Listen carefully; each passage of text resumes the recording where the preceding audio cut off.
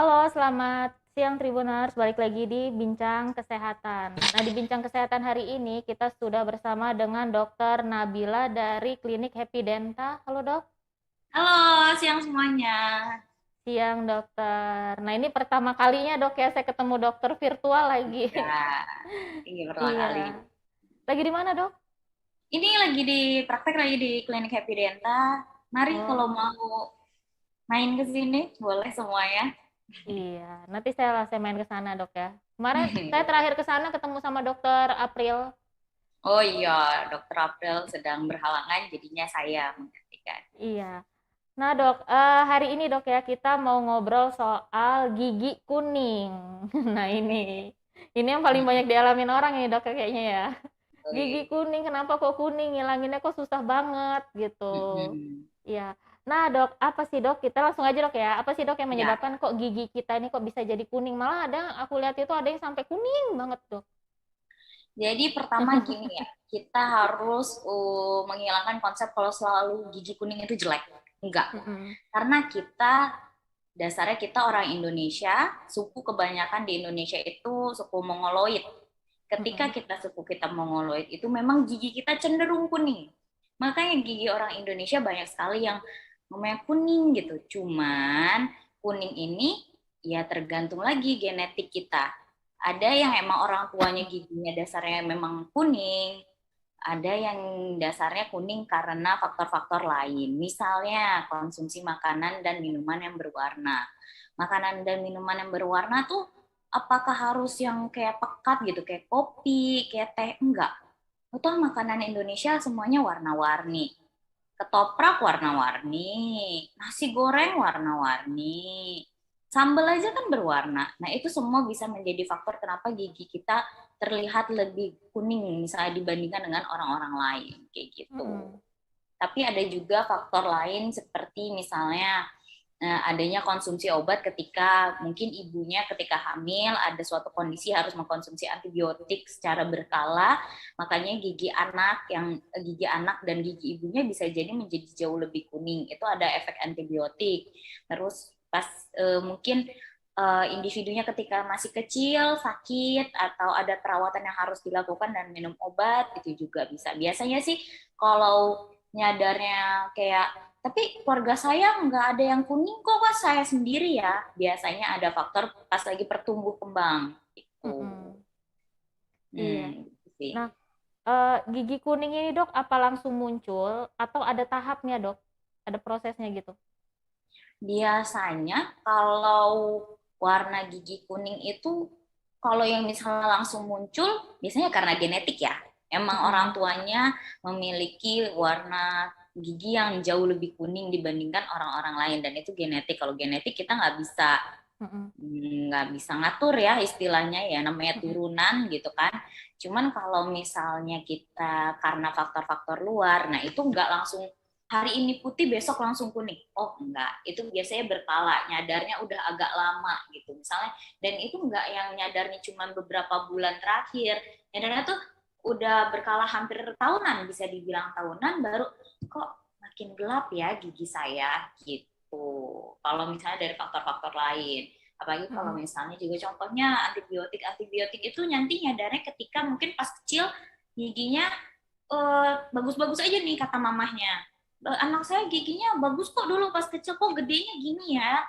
Nah itu biasanya pas sudah pergantian gigi barulah kelihatan karena efek misalnya tadi antibiotik ya. Mm-mm. Tapi kalau kita yang sudah misalnya giginya sehat, tidak ada konsumsi antibiotik atau obat-obat tertentu yang bisa memberikan warna gigi, itu nanti ketahuannya mungkin udah agak usia dewasa, udah mulai ngerti sama kecantikan. Nah, kok dulu perasaan gigi saya nggak gini ya, sekarang kok kuning gitu. Biasanya itu dari faktor-faktor ya kita, makanan kita, minuman kita, pokoknya intake sih biasanya, intake atau kebiasaan-kebiasaan kita gitu.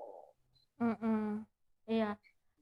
Apakah, Dok, apakah kita kan ada suka orang kan yang entah itu ketiduran, entah itu males, malam itu tuh nggak sikat gigi ya, Dok, ya? Itu juga bisa turut mempengaruhi nggak sih, Dok?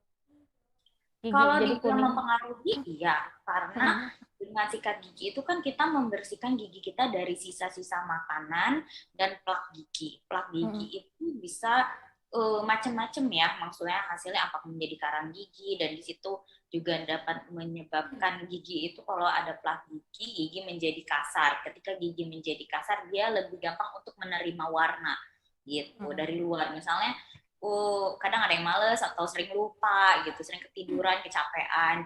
Nah, giginya kalau udah ada plak gigi, otomatis nanti bakalan jadi karang gigi. Ketika ada karang gigi, gigi menjadi jauh lebih kasar. Ketika gigi jauh menjadi lebih kasar, makanya dia lebih cepat tuh nerima warna-warna makanan dari makanan, dari minuman. Misalnya ciki-cikian aja tuh kan warna-warni. Itu bisa jauh lebih cepat lagi. Ketika kita lupa gosok gigi, berarti kan selama kita tidur itu berarti masih ada sisa makanan dan sisa-sisa apa ya, sisa-sisa yang kita konsumsi di hari itu gitu loh. Nah di Mm. situ kan kalau konsumsi kita ada yang warna-warni berarti makin masuk ke dalam permukaan gigi karena gigi itu sebenarnya kita lihatnya padat gitu kan. Sebagai kita manusia biasa gini lihatnya padat, tapi kalau kita lihat di bawah mikroskop gigi itu isinya kayak ada lubang-lubang. Nah di situlah si warna-warna dari makanan, sisa-sisa makanan, minuman yang kita konsumsi itu masuk ke dalam gigi gitu. Mm-mm. Nah, kalau merokok, Dok, merokok bisa nggak bikin kuning? Jelas kalau merokok sangat jelas dapat mempengaruhi warna gigi. Nggak hanya gigi tapi gusinya juga bisa berubah Mm-mm. warna. Karena di dalam rokok itu ada tar. Tar Mm-mm. itu adalah senyawa berwarna yang sangat lengket di gigi. Nah, itulah. Dan di situ ada asapnya, ada banyak sekali yang di dalam rokok itu yang dapat menyebabkan perubahan warna gigi gitu. Mm-mm. Iya. Nah, ketika kita tahu ya, Dok, ya dokter apa ketika tahu dokter gigi kita kuning, itu mengatasinya gimana, Dok? Saya kan suka ngelihat ada pasta gigi yang bisa memutihkan, mengatasi gigi kuning. Itu kalau hanya dengan itu aja cukup nggak, Dok? Kalau dibilang cukup atau enggak itu saya harus balikin kepada pasien lagi. Pasien Mm-mm. puasnya seperti apa? Dia pinginnya giginya seputih apa gitu kan Mm-mm. istilahnya, secerah apa. Ketika pasiennya ingin cerah sekali, jauh Mm-mm. misalnya dia kuning kali, dia pingin sama giginya yang kayak artis gitu kan, putih. Nggak Mm-mm. cukup dengan hanya pasta gigi yang memutihkan itu karena kadar bahan yang dapat mencerahkan warna gigi yang ada di pasta gigi itu jumlahnya sangat teramat kecil. Kenapa? Karena itu untuk konsumsi orang banyak. Mm-mm. Istilahnya biar aman, ya kan? Nggak mungkin mereka ngasih bahan dengan dengan jumlah persentase yang besar karena itu bisa berbahaya tanpa pengawasan dari profesional Mm-mm. seperti itu. Makanya pasti kadarnya sangat jauh lebih kecil daripada ada yang namanya bahan yang kita langsung gunakan kepada pasien dan itu hanya bisa dilakukan oleh dokter gigi. Itu sangat berbeda konsentrasinya. Jadi kalau dibilang cukup apa nggak cukup ya saya harus tanyakan lagi ke pasiennya mau secara Mm-mm. apa yang dicapai sama orang ini gitu. Mm-mm. Iya. Jadi sebenarnya kalau cuman pakai pasta gigi aja sebenarnya bisa gitu, Dok ya? Bisa tapi dibilang istilahnya kayak kalau 11 12 aja nggak nyampe gitu. Mungkin bedanya Mm-mm. cuma 11,2 ya. Jadi Heeh. nggak akan cerah banget gitu kayak orang melakukan perawatan di dokter gigi ya, misalnya perawatan pemutihan gigi dokter gigi ya nggak akan seperti itu. Itu Mm-mm. biasanya kita hanya untuk menjaga aja gitu. Mm-mm. Menjaga misalnya dia sudah melakukan perawatan di dokter gigi, sudah melakukan perawatan pemutihan gigi misalnya ya, mau Mm. dirawat dengan salah satu caranya itu dengan menggunakan pasta gigi yang bisa menjaga kecerahan lah, istilah menjaga Mm-mm. kecerahan gitu. Iya. Heeh. Nah, kalau dokter bertemu dengan pasien yang ingin mengatasi gigi kuning ini, perawatan seperti apa yang dokter tawarkan? Kalau kita lihat dulu, ketika Mm-mm. misalnya giginya nih kuningnya kenapa? Kalau misalnya karena banyak karang gigi, banyak stain-stain dari makanan atau dari misalnya pasiennya merokok gitu ya, kita lakukan pembersihan karang gigi dan pembersihan stain yang ada dulu di dalam merongga Mm-mm. mulutnya itu. Kalau misalnya kita lihat oh warnanya sudah cukup cerah dan cukup ideal untuk pasien ini. Pasiennya pun puas ya kita berhenti di sana, di stain removing dan juga nanti dilakukan polishing. Tapi ketika pasiennya ingin lebih, ada yang namanya perawatan bleaching. Bleaching itu Mm-mm. bisa dilakukan di klinik gigi atau dengan di rumah gitu. Cuman Mm-mm. beda bahan, beda konsentrasi dan beda hasil biasanya. Gitu. Mm-mm. Iya. Boleh dijelasin dikit dok ya soal si bleaching ini ya. Bleaching itu tuh dia gimana nih dok ya? Jadi gini, bleaching itu adalah suatu tindakan Mm-mm. profesional yang bisa kita lakukan oleh dokter gigi untuk mencerahkan warna gigi dengan menggunakan bahan-bahan tertentu. Mm-mm. Biasanya bahannya bentukannya gel ya, banyak bahannya, bentuknya ada yang cair, ada yang gel, ada yang powder gitu, tergantung nanti kita di dokter giginya biasanya senang yang mana. Nah, itu fungsinya adalah untuk mengeluarkan pewarnaan-pewarnaan yang dari luar yang masuk ke Mm-mm. dalam gigi. Jadi gigi ini dicerahkan semaksimal mungkin gitu, semaksimal si gigi ini dicerahkan dalam artian gimana, apakah giginya benar-benar jadi putih banget?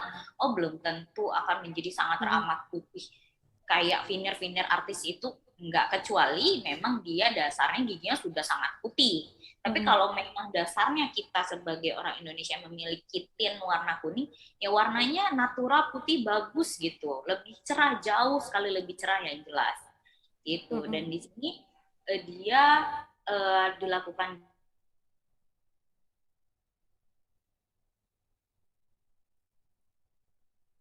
Lanjut ya dokter. Kalau dok? waktu mungkin sekitar 1 sampai 2 jam pengerjaannya gitu. Mm-mm. Iya. Nah, ini dok, bleaching itu tuh harus dilakukan di klinik atau bisa kita lakukan sendiri di rumah? Kalau bleaching itu ada 2 jenis, ada yang Mm-mm. namanya in office bleaching, ada yang namanya home bleaching. In Mm-mm. office bleaching itu adalah yang dilakukan oleh dokter gigi, harus di klinik gigi. Ada yang Mm-mm. namanya home bleaching. Home bleaching itu dapat dilakukan sendiri oleh pasiennya, tapi ingat dengan bahan yang berbeda. Kalau Mm-mm. misalnya di in office bleaching biasanya kita menggunakan hydroxy peroxide, Mm-mm. banyak banyak konsentrasinya, tapi biasanya antara 35% sampai 42%. Itu jauh lebih cepat. Jadi dalam waktu hanya turunan jam bisa kelihatan hasilnya langsung nih. Mm-mm. Dan itu dilakukan aktivasi sinar juga, jadi jauh lebih cepat, jauh lebih efektif. Seperti itu. Cuman Mm-mm. kalau yang di home bleaching itu biasanya kita lakukan untuk menjaga hasil dari di in office bleaching ini. Jadi supaya Mm-mm. tetap cerah gitu, biar lama gitu hasilnya. Kalau Mm-mm. bisa juga dipakai untuk home bleaching ini bisa juga dilakukan oleh pasien. Kalau dia misalnya saya nggak mau, kalau di klinik saya maunya ngelakuin sendiri di rumah.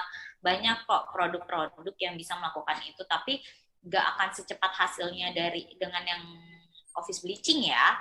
Jadi itu pasti Mm-mm. ada berkala pemakaiannya berminggu-minggu baru kelihatan hasilnya gitu. Karena bahannya juga jauh lebih ringan dibandingkan yang di office bleaching. Karena kan tujuannya di rumah ya, lagi-lagi untuk masyarakat yang masyarakat awam istilahnya. Jadi pasti dibuat dengan bahan yang jauh lebih aman, tidak seiritatif dan lebih mudah untuk pemakaiannya, pengaplikasiannya oleh pasien-pasien yang maunya dilakukan di rumah gitu. Oh gitu. Jadi lebih efektifnya itu kalau udah office bleaching dulu baru home bleaching.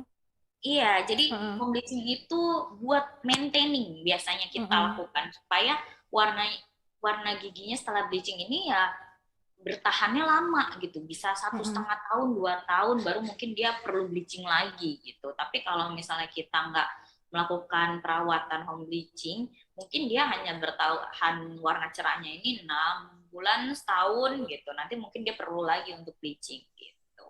Mm-mm. Itu Iya. sih. Mm-mm. Kalau dia mau home bleaching itu dok, itu harus ke klinik dulu atau ada nggak sih dok produk home bleaching di luaran itu? Banyak ada, tapi Mm-mm. biasanya sih produknya import ya. Belum kalau produk saya belum pernah sih ngeliat produknya ada di supermarket gitu, belum. Biasanya sih belinya Mm-mm. impor dan itu agak sulit masih di Indonesia. Sebaiknya kalau misalnya kayak gitu mending konsultasi dulu ya ke dokternya, Mm-mm. karena kalau beli langsung asal beli takutnya nggak cocok sama bahannya, ada alergi seperti itu kan lebih bahaya. Mending konsultasi dulu sama dokter gigi baru memutuskan untuk perawatannya gimana. Mm-mm. Kalau home bleaching itu dia hanya home bleaching gitu dok, itu bisa bertahannya berapa lama itu dok?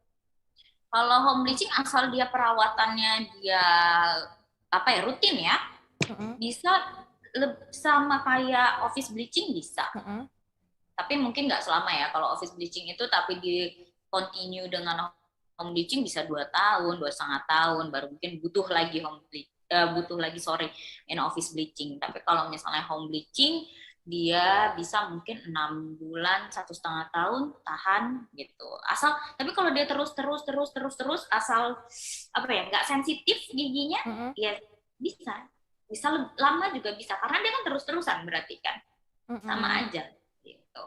mm-mm. Nah, setelah dia bleaching ini dok, untuk menjaga si gigi ini, itu apa yang harus dia lakukan dok? Pertama setelah bleaching itu istilahnya 24 jam pertama puasa mutih. Mm-mm, Kita nyebutnya puasa mutih kali ya kalau di mm-mm, Indonesia, makanya yang jangan yang berwarna-warni dulu gitu. mm-mm, Kalau bisa jangan kena apa ya warna-warni itu kayak saus-sausan, jangan kena kayak teh, kopi, itu 24 jam pertama jangan, sama sekali mm-mm, jangan.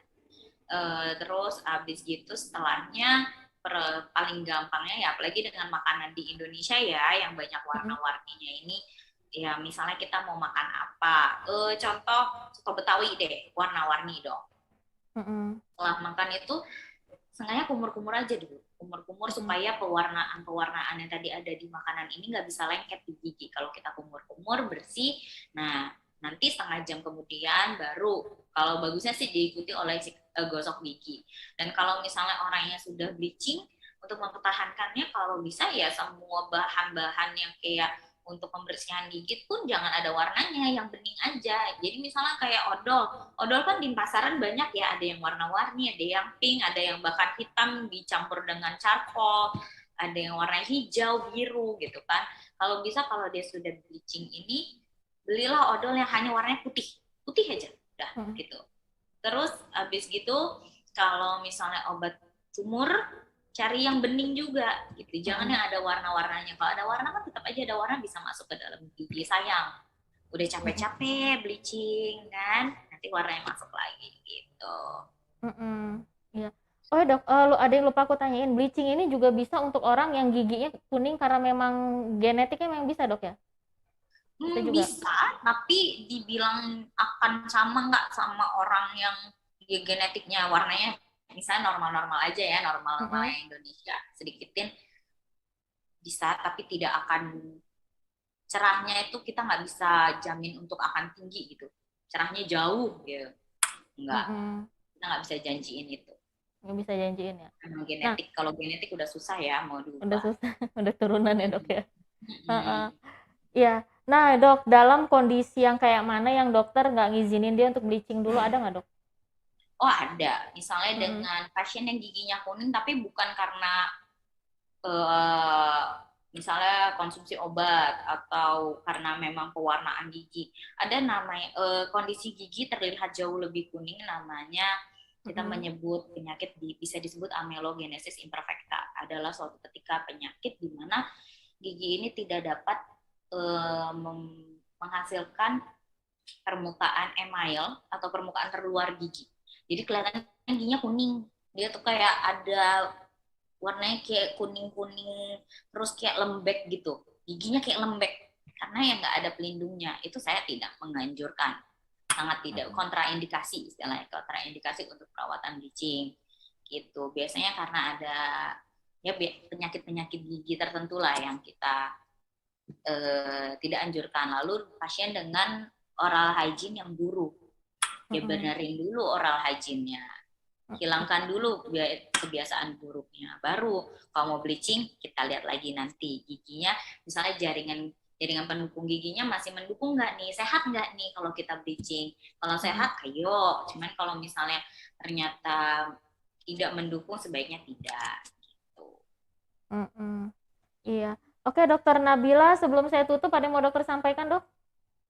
uh, saya menyampaikan kalau misalnya untuk perawatan gigi kuning, jangan takut kalau misalnya giginya, aduh kuning banget. Kita orang Indonesia memang ada tint warna kuning, tapi jangan takut kalau misalnya memang giginya kuning dan ingin dicerahkan, bisa sekali ada perawatan namanya bleaching. Nah, itu bisa menghubungi klinik Evidenta ya, semuanya Mm-mm. kalau mau perawatan bleaching. Iya. Heeh. Oke, Dokter Nabila, terima kasih ya dok ya atas waktunya dok Iya, ya. sama-sama. Jangan bosen ya dok. Iya, insya Allah enggak. Iya, sampai ketemu lagi Dokter Nabila. Nanti kapan-kapan saya main ke Iya, klinik ya.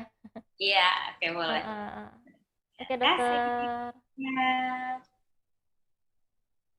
Oke Tribuners, itu tadi obrolan kita bareng dengan Dokter Nabila. Sampai jumpa lagi di bincang kesehatan berikutnya. Selamat sore.